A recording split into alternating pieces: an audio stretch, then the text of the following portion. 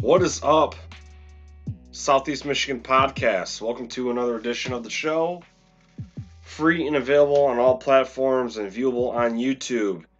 If you would like to help the growth and support of the show, please like, share, subscribe wherever you can. Uh, whether that's with your eyes or ears, and or both. But yeah, man, we've been off for a couple weeks.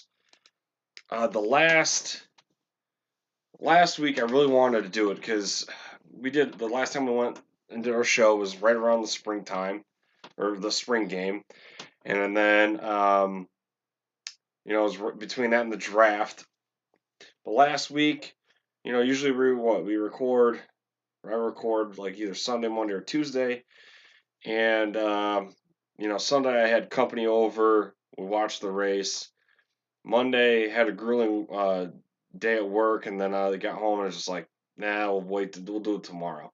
Tuesday came and went, did the same thing. I'll wait tomorrow. Then Wednesday, then Thursday, and then Friday. Friday's a lost cause. The Friday's payday. The family wants to go out to dinner and stuff. Want to, you know, unwind from the week, and so it was just one day after another. But, um, you know, obviously the NFL draft now is in the rearview mirror.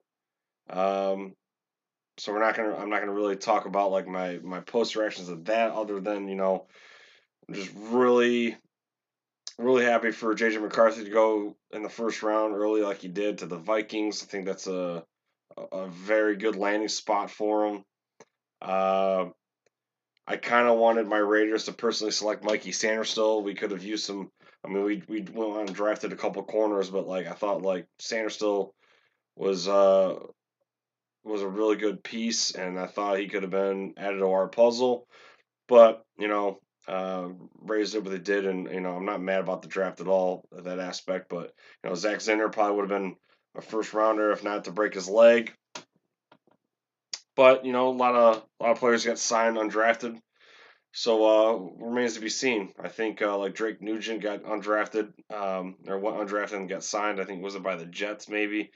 I think he could have a lengthy NFL career to be honest, but history's shown that a lot of UDFA's pan out to be quite quite the NFL level talent. But anyways, we're back. Man, it's been a crazy month. It's been a crazy month. Soon we're gonna be getting into our season previews. I mean, we're through the almost the first week of May here, and we have a lot to talk about. And this is the type of year too, or part of the year where like when news breaks, it's like, do you really want to go out and announce something, do a show, and then the next day more information comes out. That was kind of like how the counter thing was going down, um, but yeah, transfer portal season is upon us. Also, if you can't tell, uh, I'll have to play it back and see how the audio is. But we have a new camera up, so the visual quality so far at least is a lot better. Um, I'm just on the laptop, whatever, and I got a camera off Amazon, and it looks good. So hopefully it sounds good as well. All right, so I want to say it's a big show, but we got a lot to get to. Let's do it. Let's see here. First, segment one, our usual news and notes. Uh, Again, if you've missed it, let's see here. EA Sports video game. We're inching closer. Uh, there's supposed to be, the gameplay dropping later this month in a couple weeks, rather. And we're also supposed to be getting the cover athletes announced, which, well, again, it's supposed to happen at the end of this month. So, maybe I have it as the same day. I don't know. But per Matt Brown, each cover athlete is a current football player who plays in a different power conference. So everyone is trying to guess who it is. A lot of names being thrown around out there, and one of them is Shador Sanders. And when we spoke about an update, probably back at during the winter time, I had made a prediction like maybe they go out and do something where they do a past and present thing, and I thought, despite what I think sometimes can be kind of a clown show in Boulder, I thought maybe Deion Sanders in like a Florida State uniform, and then Shador in the Colorado one. I thought that would be a cool cover, to be honest, but looks like it's gonna be current players only, and one from each of the power conferences. Chris Fowler been pretty vocal about the game as well. Obviously, he's a huge part of it. He posted on social media that his uh, portion of the voice recording is now complete. He's logged in over 115 hours over the course of 2 years, and he's read over 700 player names. So Chris Fowler's excited, and praised the EA Sports team. And again, me personally, I just really hope this game pans out. I hope it's not like Madden. Never, thought Madden was better than the NCAA video games, but they EA Sports they let me down, and not just the football games. They let me down in other games too. So hopefully, this one, uh, we're putting it on a pedestal, right? It's been many years since the last one out, but I just hope that it meets our expectations and more. And it's the only bummer is it's obviously going to be dropping in July during the summer, and you know any chance you get, you're going to want to play it. And so if there's a couple rain days, I don't like when it rains, but if there's a couple rain days, I'm going to take advantage of that and play. And obviously, we talked about it many times. Online Dynasty just cannot wait. Hopefully, there's Team Builder. Man, there's just so many cool features about this game that we used to love and enjoy, and you just don't want them to screw it up. Next, we have the NHL's Rookie of the Year Calder Trophy finalists out, and one of them is a former Michigan player in Luke Hughes. Last year's Calder Award winner was Matty Beniers, and of course he's a Wolverine too. He plays for the Seattle Kraken, and so this year's Calder Memorial Trophy finalists are Connor Bedard, Brock Faber, and Luke Hughes. The winner of the award, which is given annually to the best rookie in the NHL, as voted on by the Professional Hockey Writers Association, will be announced at a later date. Bedard, an 18-year-old center and the number one pick in the 2023 NHL draft by the Chicago Blackhawks, led all rookies in goals, 22, and points, 61, and tied for first in assists, 39, despite being limited to 68 games. Pretty baller. He missed 14 games with a broken jaw, but returned February 15th. Again, hockey is just literally the toughest sport on the planet Earth, pure and simple. And finished with 28 points, 7 goals, 21 assists, and in his final 29 games. Bedard was first in shots on goal, 206, and even in strength points, 40, and second in power play points, 21 among rookies, and led first-year forwards in ice time per game at 19 minutes and 47 seconds. He also led the Blackhawks in points. Bedard would be the 10th Blackhawk player to win the award and first since Artemi Panarin in 2015-16. Faber, a 21-year-old defenseman for the Minnesota Wild, finished tied with Hughes for second among rookies in points, 47, 8 goals, 39 assists, and played all 82 games. His 39 assists were tied with Bedard for the first in the league among rookies. He led rookies in ice time per game, 24 minutes, 58 seconds, blocked shots, 150, and first among rookie defensive men in shots on goal, 136, and even strength points, 31, and second to Hughes, 25, and power play points, 16. Faber led the Wild and was sixth in the NHL ice time per game, playing in all situations, 2 minutes and 34 seconds per game on power play, and 2 minutes 57 seconds per game on penalty kill. He was fifth on the Wild in points and first among their defensive men. He would be the second Wild player to win the Calder Trophy, joining Kirill Kaprizov in 2020-2021. Hughes, a 20-year-old defenseman, played in all 82 games for the New Jersey Devils this season. He led rookie defensemen in power play points, 25, power play goals, 4, and second in shots, 135, and ice time per game of 21 minutes, 28 seconds. Hughes also topped rookie defensive men in takeaways, 42, and was second in SAT percentage, among first-year players, with New Jersey controlling 54.3% of shot attempts at 5-on-5 when he was on the ice. He was second on the Devils in power play ice time per game, 3 minutes 27 seconds and 55 block shots. He would be the third Devils player to win the award and first since Scott Gomez in 99-2000. And as I mentioned earlier, Seattle Kraken forward Manny Beniers won the Calder Trophy last season. So Michigan showing pro blue in the NHL as well. And man, I just wish them freaking guys would win the Natty, but they do pretty damn well in the NHL. So it's always good to see. And again, beating the dead horse is just absolutely fascinating to watch these guys just transition from college to pro just within a matter of less than a week. You know, when they have the tournament, and then you have the NHL entering the playoffs. It's just that to me again. I was just always will be fascinated by that. I think that's just so cool. Last thing for the hockey is Seamus Casey signs with the Devils, um, and I want to say between last episode this episode there might have been one commit or two regarding the Michigan hockey. But we'll save that for a later time. You know, when we probably get closer to the season or something, and mention it then. But you know, Michigan hockey is doing pretty well in portal and recruiting. So if you're not on, if you're not following me on Twitter, you're not following us on the Facebook page, go ahead and do that. Links are going to be in the description, and that way you can see some of the stuff that I may or may not mention here in the show. We got some transfer portal madness and recruiting. A lot to get to. We'll obviously talk Michigan. I'll mention a few things here via Spartans and Buckeyes. But let's see here. Offensive lineman Amir Herring entered the portal and is moving on to Kansas.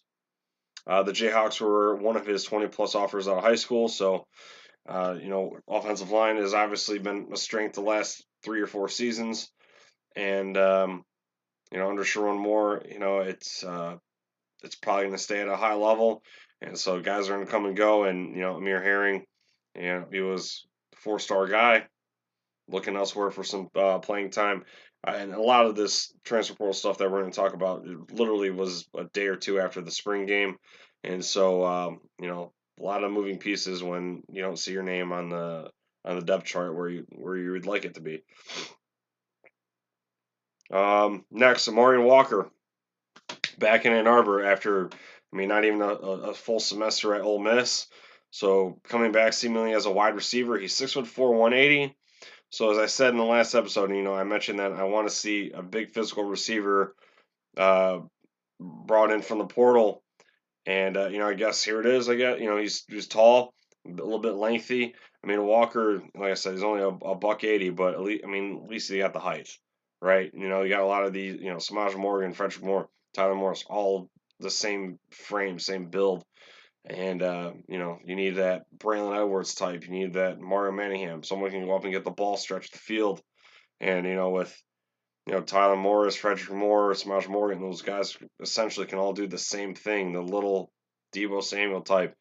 This is that prototype that Jim Harbaugh used from day one here. And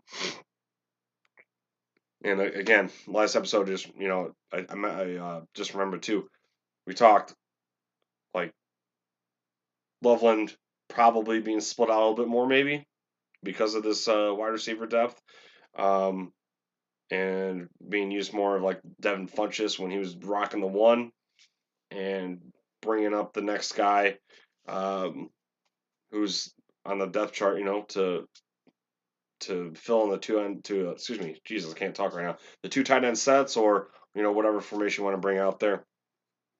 Next was linebacker Jeremiah Beasley.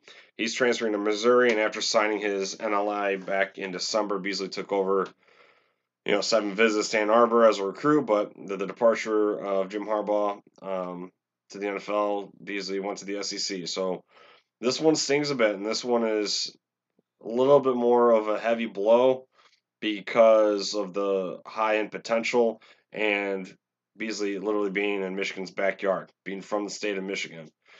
So there it is. Just another one. And again, when he's being recruited, you got, the Partridge thing going on, the George Hilo thing going on. You got just all this revolving door. And of course, when the head coach, when he leaves, that changes things. Now, he still signed his letter, but of course, he asked for his release, and off you went. Didn't waste no time picking Missouri. And Missouri, if anyone hasn't noticed, is making a noise down there right now with the recruiting biz, and that's because they are not willing or they're not afraid to throw in some dollars. I'm not saying that's why Jeremiah Beasley left, but it you can just use your eyes. Defensive back DJ Waller transferring to Kentucky, and again, someone who had a good spring game and an opportunity to have a big role this fall. And again, another big blow, a position group that is hurting for depth. And the Wildcats were a school to offer him as a recruit, and he chose them pretty quickly. And Kentucky consistently has been a thorn in Michigan's side. Not to say stealing, it's just a weird word to use, but swiping the Smith brothers from the last recruiting class. Was it Jacob and Jaden Smith? Whatever, the two edge rushers, and they seem like a package deal.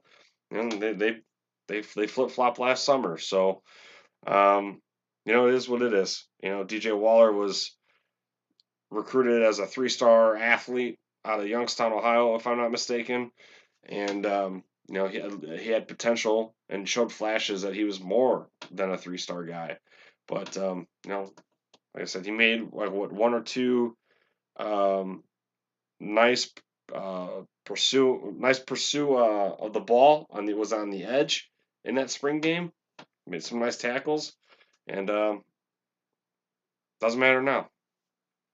Next, linebacker Samaj Bridgman enters the portal, still yet to officially sign with another program. So that's another person where, you know, competition's there. You got to earn the spot.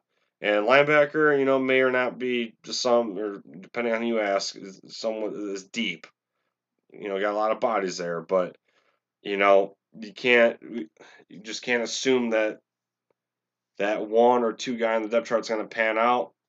Because we see like with the week 1 starters don't necessarily mean they're going to be starting week 2 or 3 or 4. So I don't know. It just was kind of a stunner seeing these last 3 guys hit the portal, especially right after the spring game like that. But what can you do? I guess the good news is Michigan did add another wide receiver. So, wide receiver C.J. Charleston comes to Michigan from Youngstown State. In 2023, C.J. compiled 33 receptions for 503 yards, 4 touchdowns, and was doing that at 15.2 yards per catch. CJ had torn his Achilles in 2022 and missed the season. He's also 6 foot, 190. So again, with Walker Charleston on the roster, this will boost that much needed depth. So I'm not expecting him to go nuclear or ham or anything like that, but you can't assume that. You just can't assume anything, right? And you know, we saw a flash with Kendrick Bell in that spring game catching a touchdown pass, right? But we've also a couple of years ago seen that Darius Clemens touchdown in the spring game, and that was the career highlight for him here. So again, can't assume anything, and everyone is going to have to earn what they want. And again, wide receiver, defensive back, need bodies. They got 2 of them, and I believe that they're going after one more guy. I didn't write that down in my notes. I want to say, shoot, there is a wide receiver in the portal that Michigan is targeting, and they're like one of like 30. So I don't know if they're going to get him, but it wouldn't hurt for one more wide receiver to be added here. All right, so outside of Ann Arbor, MSU lost some key contributors but filled the holes right after. So I'm gonna run through this real quickly with our rivals. We hate them, but it's something to take note of. So defensive lineman Simeon Barrow left for Miami, and Derek Harmon left for Oregon. And it's funny because it's like, oh, okay, Derek Harmon's going back to Pac-12. Nope, he's staying in the Big Ten. Oregon, Big Ten. Then they got Ruquan Buckley from Nebraska and Tyler Gilson from Cincinnati. So lose two, gain two. Um, Safety Jaden Magnum is projected to go to Nebraska. Um, and that's according to On3. I looked at that before taping this, and it said pretty much a crystal ball for the Huskers. So we'll see. But I'll say Kari Crump is also in the portal. Kari Crump, if you don't remember, was one of the contributors in the tunnel incident. So yeah, we'll see where he goes. Ohio State Ohio State running back Donald Hayden moves on to Boulder. So again, a couple of these aren't breaking news, but just want to mention them. And then former four-star linebacker Nigel Glover entered the portal as well for the Buckeyes. They landed him from Northwestern last year after the Pat Fitzgerald hazing allegations came to light. And I made note of that last year when we were previewing Ohio State. And, I'm like, man, Nigel Glover, that's a nice get, four-star guy. And Pat Fitzgerald was able to at least get one four-star fringe five-star linebacker every 3, 4, 5 years. And Glover was one of those. And when he entered the portal, I was actually kind of hoping that Michigan was going to make a run at him, but they got Josiah Stewart instead, and that turned out to be pretty good. Um, Regarding recruiting, Michigan landed Avery Gatch from, or I don't know if it's Gack or Gatch, from Beverly Hills, Michigan, four-star offensive lineman. A few days after our last episode, Michigan got Nathaniel Marshall, four-star defensive end from Illinois. Marshall had over 25 offers.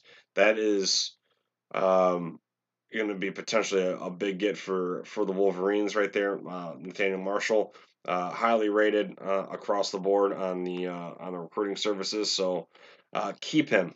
Do whatever you can to keep him because I think we're going to hear that name quite often down the road.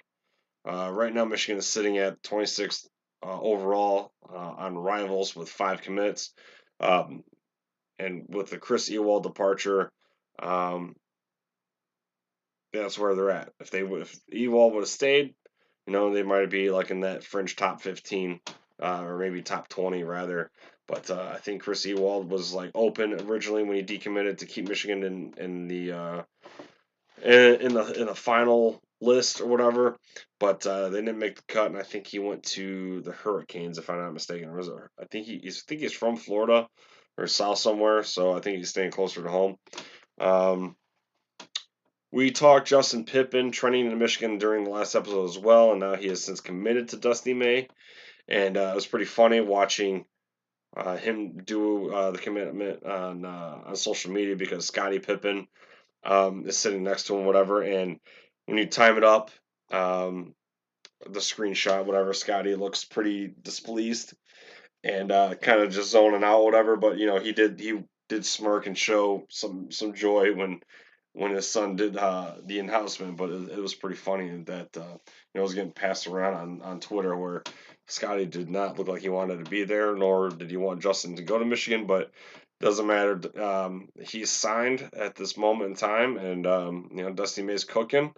Um, on paper, it's a solid paper roster right now. Terrence Williams is going to be a Trojan though, and Amari Burnett. I mean, it was so hilarious and quick that Amari Burnett declared for the NBA, and then within an hour, he had said that he was returning back to Ann Arbor, and it's like I was doing something, scroll through Twitter, and I seen, oh, he declared, and then as it refreshed, it right at the top it says I'm back. I was like, is this April Fool's? And that is one thing that I cannot stand about Instagram or Twitter. As soon as you open it up and you like press down to like read something or to move the screen at all, like a hair, and then it like catches up and then refreshes and then it just flip flops your whole timeline. Oh, that pisses me off to no end. Um, so since Dusty May has stepped on campus at Michigan, the basketball team looks like this. So Connie Roos decommitted after Juwan Howard got fired and was, I think, willing to keep his options open. So I don't think Michigan's out of the woods yet with that one, but it's probably unlikely that he comes back to Michigan, I guess.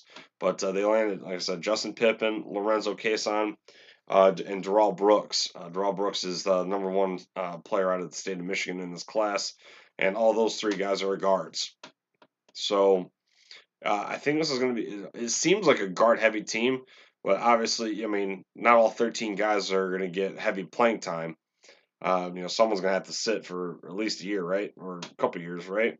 But I think right now, 11 of the 13 roster spots are filled, not including Jace Howard, because we don't know anything official with Jace yet. But Will Shetter is staying. Namari Burnett obviously is staying. Transfers in Ruben Jones from North Texas, guard. Uh, Trey Donaldson, guard from Auburn. Roddy Gale, guard from Ohio State. Obviously, the big crown jewel of this portal cycle, I guess you would say, is Vladislav Golden, the center from FAU. So follows Dusty here. You got Danny Wolf, another center. He's from Yale. And Sam Walters, forward from Bama. So, like, this is obviously going to be a completely different team outside of the two returning the returning players. But, like, man, this on paper, man. I'm telling you, this is looking quite sexy.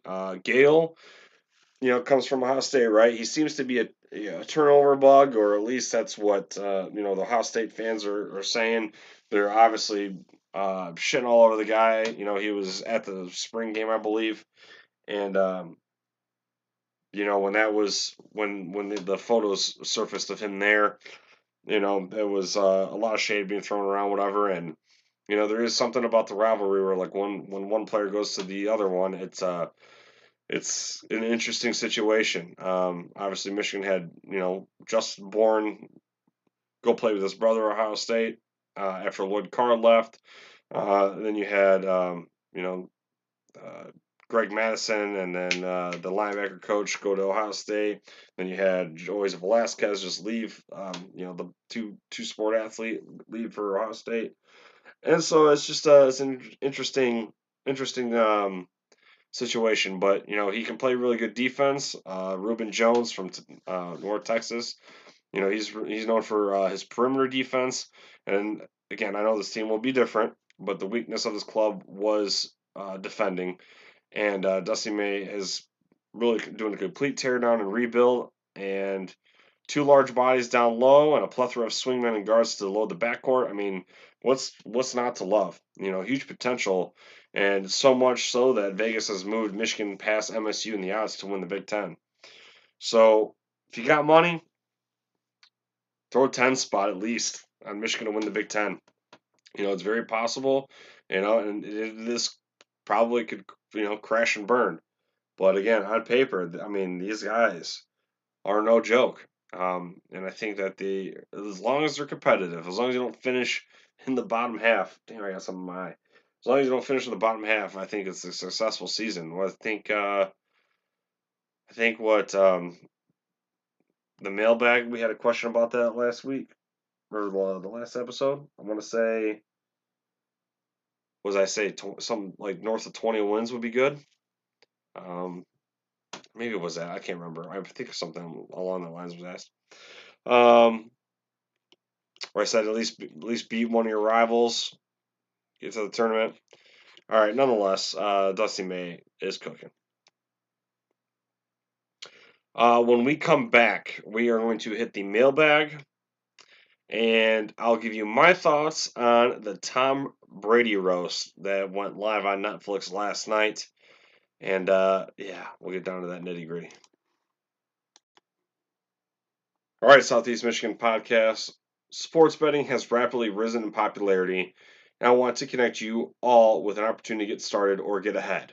Having multiple sportsbook accounts is the most simple way to maximize your profits, and there has never been a better time to sign up.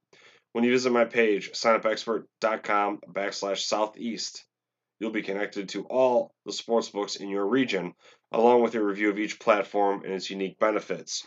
Right now, if you live in the state of Michigan, Caesar Sportsbook, the number one on the list, get up to $1,000 in bet credits. Number two, DraftKings Sportsbook, match up deposit bonus up to 1,000, and BetMGM get up to $1,500 back in bet credits. And hell, we live over here in that dusty state of Ohio. Right now, bet 365. Bet $5, get 150 or up to 1,000 back in bonus bets. Uh, I mean, why not? Why not, ladies and gentlemen? All these sportsbooks have valuable sign-up offers for new users, and when you register through my link, you automatically get the top offer at each one. When you use multiple sportsbooks, you ensure that you can always access the best available odds, which is the key to successful sports betting. If you want to take advantage of these benefits and support our brand, please consider signing up for your next sportsbook at signupexpert.com/southeast. All right, ladies and gentlemen, back for segment two. We're going to talk the mailbag and, of course, the Tom Brady roast. Um, This week's mailbag, short and sweet. Last episode, obviously, we had a little bit more interaction, but I would say this mailbag is probably out of date now because I think the last episode was over 10 days ago. So here we are. Jamie Lato, thank you, buddy. Longtime listener, longtime friend writing in. He's got two, and like I said, it's going to be short and sweet here. I'm going to kind of piggyback off what he asked. So this was around the draft right afterwards. So he said, Michigan had 13 players drafted. Let's see, hold on. 13 players drafted for the most by one team this year. Are you a bit disappointed we didn't get the record with how hyped up it was? Um, I'm personally not overly worked up about it. For me, it's a body of work down the road anyway. It's nice to see the amount of UDFAs as well. Trente Jones and Carson Barnhart, in hindsight, could have probably used another season in Ann Arbor. And I guess that kind of answers your other question about the regret leaving early. So the other one was do you think some of the late round drafted or undrafted players regret leaving Michigan early for the NFL? Um, and like I said, really those two. I would probably say that could have used a little extra PT, a little more highlight film. I will say though, it was the one thing that was a disappointment. I guess I'm super happy for Zach Center, but I think that dude was a surefire first round pick if he doesn't break his leg in the Ohio State game. Um, so that's about it. I thought it was funny that the Cleveland Browns trolled the Ohio State uh, Browns fans on Twitter with that pick. So if anyone didn't catch it or whatever, they said Zach Zenner is bringing his winning ways down from Ann Arbor, basically. So that was funny, and the vitriol and the hate too with all these players, being drafted is absolutely mind-boggling. Like I've seen, I gotta be honest. I'm not trying to be biased. I haven't seen Michigan fans really do it, but the Ohio State fans, where they're just crapping all over these Michigan players for, oh, these guys are going to be a bust. Oh, that's a reach. Blah blah blah. Oh, they're not going to be any better. They're not going to be any good in the NFL because they don't know the other team's plays. Like, give me a freaking break. Excuse my language here. I don't for the young ears in the audience right now. Give me a fucking break. All right, like you really think that the sign stealing thing was that intricate to where these players aren't going to pan out in the NFL because they don't know the. I know was it Jalen Polk or was it McMillan from Washington that had said that they were getting irritated because Mikey Sanderson was calling out the routes um, in the pre-snap on in the Natty. No, it's Mikey Sanders still is just a baller and watches film. You can't tell me. Like I already went on a tangent in the last episode, but I'll do the Diet Coke version right now. Again, Michigan players from the rivals' perspective here, with you know yelling cheating here. Again, the Michigan players and this has been mostly with Michigan's defense. No one's really. I mean, some people are saying, JJ McCarthy knew where the defense, blah blah blah. But with Michigan's defense, you're telling me they have to know their playbook and their signs and learn upwards of 16 other teams as well. And we already talked about it last episode as well, where teams were reportedly um, not prepared to switch their language within less than a week for the Michigan game coming up on their schedule. But then Michigan was somehow able to retrofit every play call from any other team plus theirs all in a 5 days time. Give me a freaking break, guys. It's just so annoying. And I'm a Raiders fan. We've drafted a handful of Ohio State players. None of them panned out. It doesn't mean, I have, when we draft Gary Conley, I'm like, okay, dude, hope the dude works out. Draft the one dude that went ape shit on social media with his guns. The guy that um, John Gruden and Mayock reached for. The corner, I can't even think his damn name. Was he supposed to be a third or fourth round pick? We drafted him in the first or something like that. I'm like, all right, let's go. Didn't pan out, so I was like, oh, here we go again. But I'm not gonna go out of my way to just like shit all of these kids' dreams. Like, I know some of the rival banter can be fun at times, but like the hatred towards like JJ McCarthy is absolutely asinine. That guy has never once drug an Ohio State player in the mud, never once drug Ohio State as university in the mud either. The worst he literally did was wave to the fans in 2022 in Columbus. Goodbye. Literally it. Literally it. And, you know, some people may or may not think him doing the meditation pose up against the field goal post as a PR stunt or whatever or for attention. Whatever. You can't. I just don't understand the hatred for that guy. Literally nothing to give bulletin board material. Nothing. There was, I think, at one point, something he said was taken way out of context up before one of the games. But other than that, like, I just don't understand the hatred for the guy. Um, I think I'll be honest. I'll say like when Justin Fields was drafted, I did say, well, I mean, Ohio State quarterbacks don't really pan out in the NFL. I didn't be tweeting at Justin Fields. I didn't, dude's gonna freaking suck, dude. Come on, come on, dude. Let these kids chase their dreams, and if they get drafted to your team, hope they do well. I mean, we kind of already see the the Mountain Dew light version of this with Aiden Hutchinson and the Michigan State Detroit Lion fans. They just they they got their rocks off to um, hating on their own team. They wanted to see the Lions fail and want to see Aiden Hutchinson fail just so they had that satisfaction. It is just absolutely toxic and hilariously sad. All right, enough of that. Let's move on to the end of this. So let me know your guys' thoughts on this Tom Brady roast. So yeah, this was live last night on Netflix.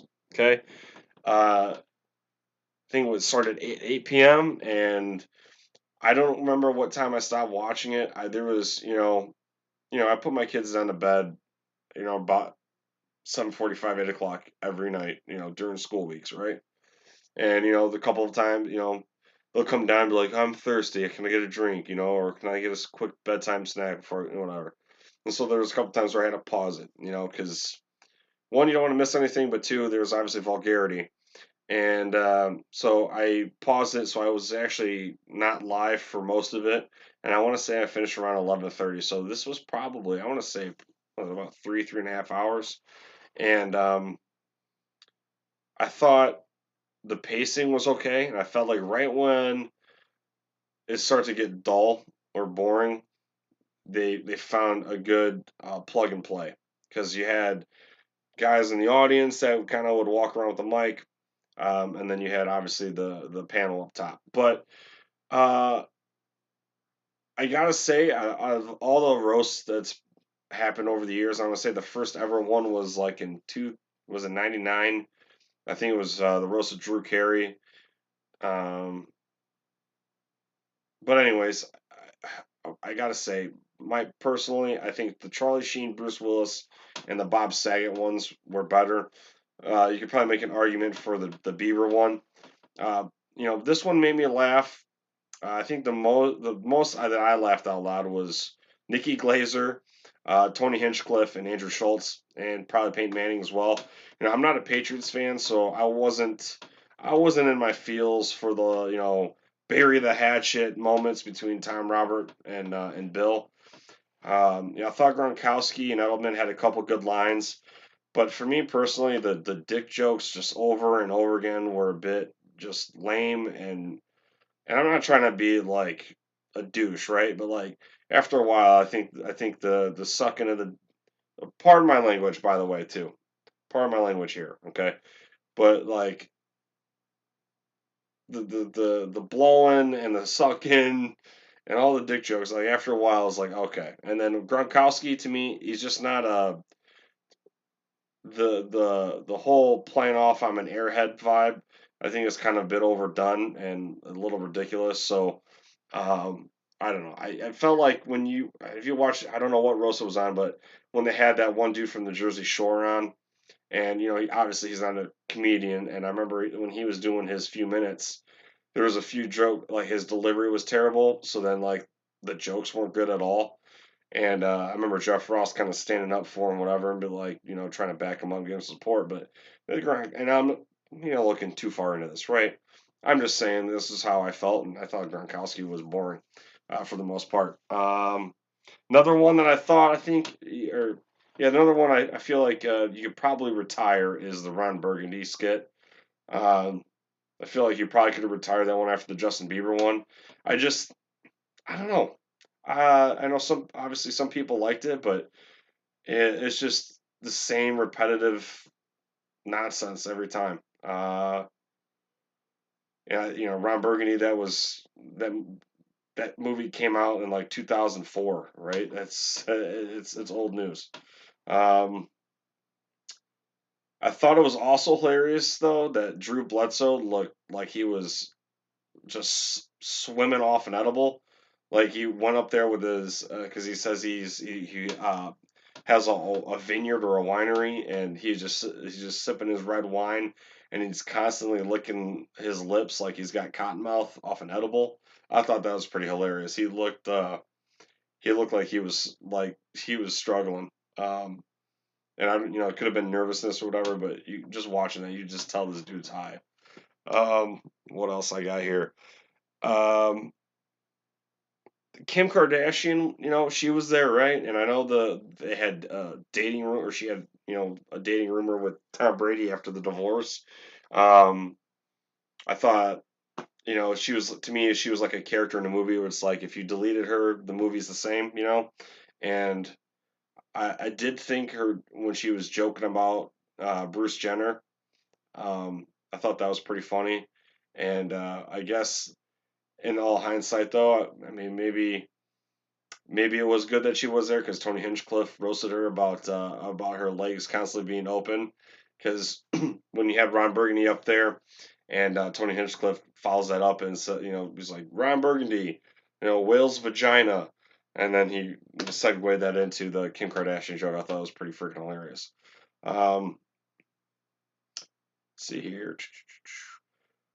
I was wondering when Peyton Manning was gonna show up, if at all. Obviously wasn't on the main panel, and so at the very end he was kind of like the closer, and I thought that was good because out of the Manning family, I think Peyton is probably the most funny. I think Eli is just to me is a snooze fest, and that's probably why I don't really find the charm of the Manning cast. I'm a minority, and I'm an old grumpy bastard, so um, I don't like a lot of things a lot of people like, and to me, um, Peyton Manning being on SNL and whatever, I think is was way better than Eli. And even when they're together, I think Eli brings Peyton down a little bit. But again, that's just my opinion. Um, I think that Tom Brady was being a little soft regarding the divorce and Robert Kraft's massage. I thought he handled everything okay. I know, we had that Will Smith, Chris Rock moment when Jeff Ross had said something about the giving Robert Kraft a massage, and Tom ran up there and says, "Don't do that again." So I thought that I thought that was kind of funny and a little soft at the same time.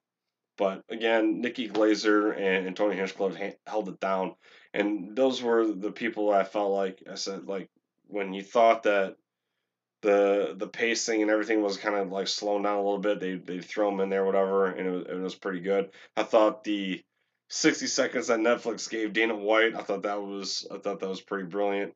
Um, and I also too, I didn't know it was at the very end of the show. I think I looked on Twitter and someone had screenshot Jim Harbaugh and his wife were there apparently. Um, and someone else, I can't remember who it was. Oh, Charles Woodson. Charles Woodson was in the same. It was in the frame as well. But overall, like I said, a lot of people were saying that was the best roast of all time. 10 out of 10, 11 out of 10, 12 out of 10 for TB12, whatever. But I thought maybe like a 6.4. I mean, maybe a 7, right? Again, I thought the other roasts that have already been out there were a little bit better, but nonetheless, you should go definitely check it out. It is seemingly pretty long. Like I said, they do a decent job at the pacing, and Kevin Hart did pretty decent at being the roast master, or being the host of everything like that. But anyways, I've gone on long enough. Last but not least, to close this episode, I would like to um, say out loud, give my thoughts and prayers to Michigan men that had passed away within the last week or so. And it's seemingly like back to back. Former Michigan linebacker Obi Eze and former Michigan point guard Darius Morris, and they have a crucial part of being, in the Michigan lore and history. Obviously Obi Eze, you know, was a two-sport or two-position athlete. Played running back and linebacker, and then when he committed to Lloyd Carr, he stayed on with Rich Rodriguez and played linebacker. Um, and just held it down. Went through some dark times, went through some good times, and it's unfortunate. I think he was 35 or 36, and then Darius Morris passed away. He was 33, and Darius Morris was the first point guard that Beeline had under his wing in Ann Arbor, and I remember. Darius Morris was a huge part of that program turning around, beating Michigan State, and it's just a tragic loss. Or both are just tragic losses, and obviously, a few months ago we had Craig Rowe pass away. So now, of course, I'm not an alum, but it's always sad to see the Michigan family get a little bit smaller. But thoughts and prayers out to those three fellas. Um, you know, they were fun to watch for sure. But anyways, that does it for this episode, ladies and gentlemen. Please uh, like, share, subscribe if you could. Rate us 5-star on whatever platform you listen on. And again, if you're on YouTube, click the bell, subscribe there, and hit the description box for our sponsors and or the Facebook and Twitter links that you can follow me at. Go Blue! I'll see you next time, and hopefully it's not another 2 weeks when we do it. We'll come back next week if all possible.